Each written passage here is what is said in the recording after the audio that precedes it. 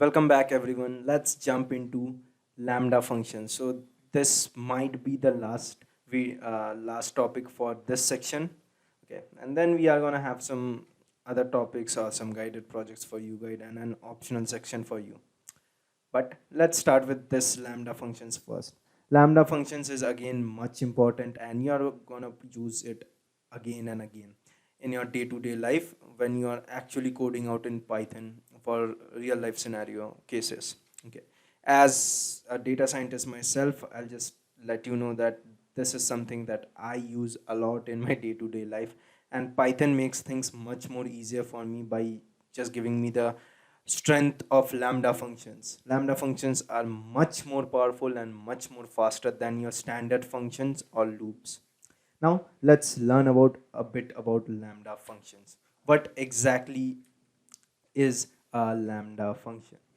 A lambda function is a small anonymous function which returns an object. I know this might not make much of a sense right now, but once we jump into this, you will get a clear view of it. Okay, lambda functions are one-liners. Okay, what I mean by one-liners are the code is written in one line itself. So what you have written in 5 lines in functions, you might just convert it into a single line.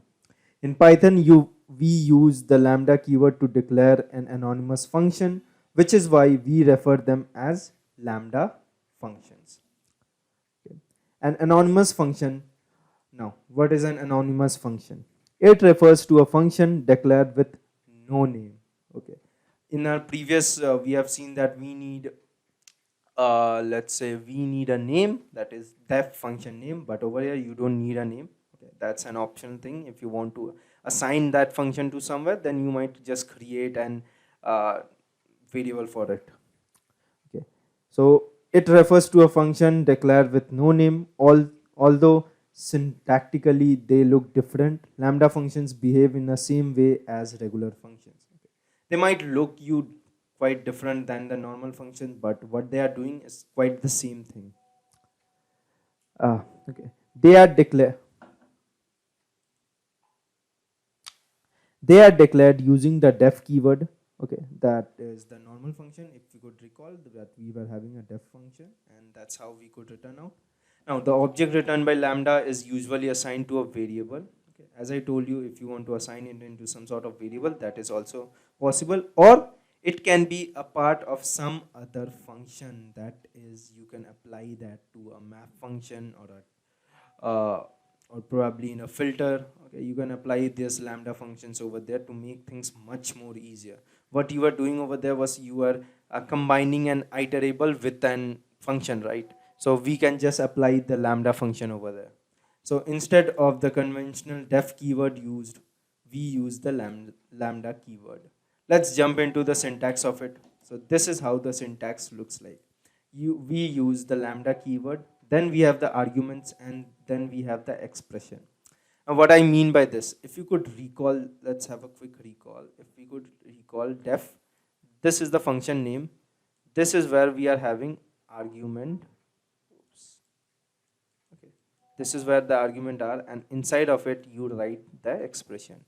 The same thing we are going to do over here. We are going to write expressions, arguments over here.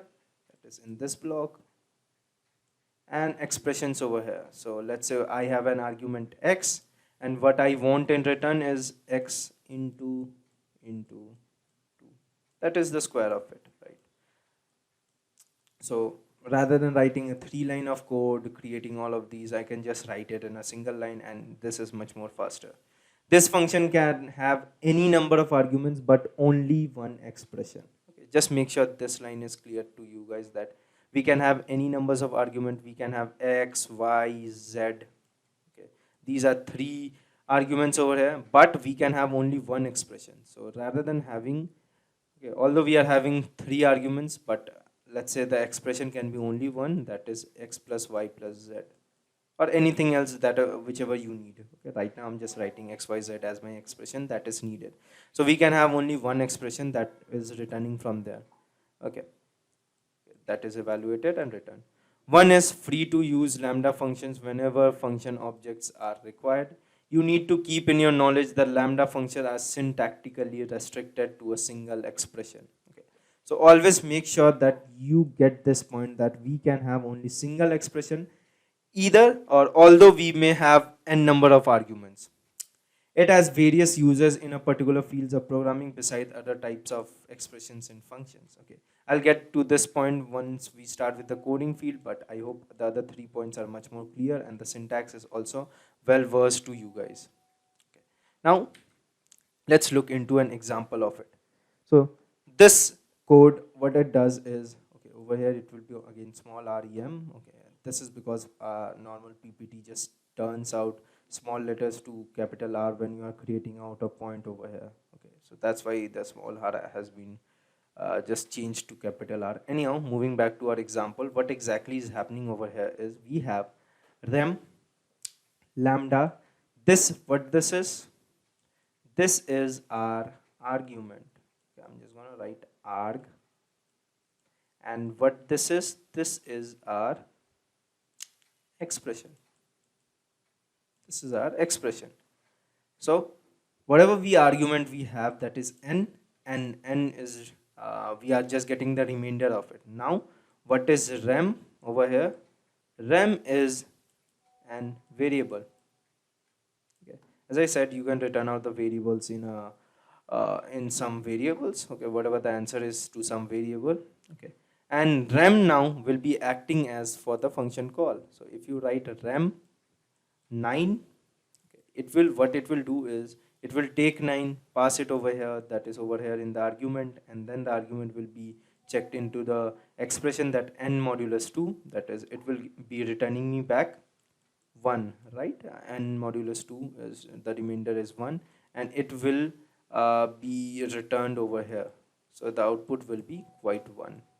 So I know there are a lot of lines over here and I just make it quite dirty, but I hope you are clear with how we are getting 1 over here.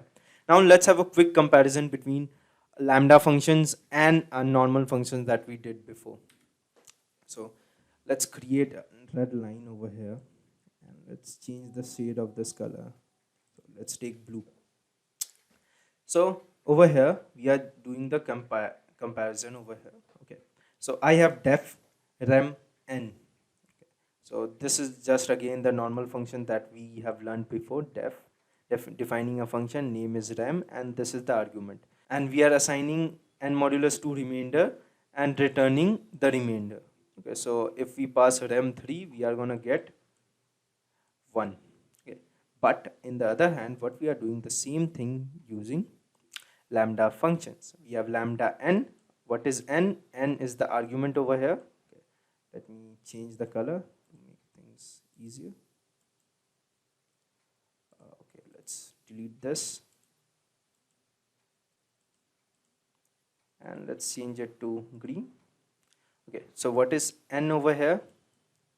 N is this one, the argument, and what is n modulus 2? This is the expression that we are having over here. So we are doing the same thing and assigning it to a variable rem over here. This is the function name, and we are just calling rem3. So we are getting the output as equal to 1.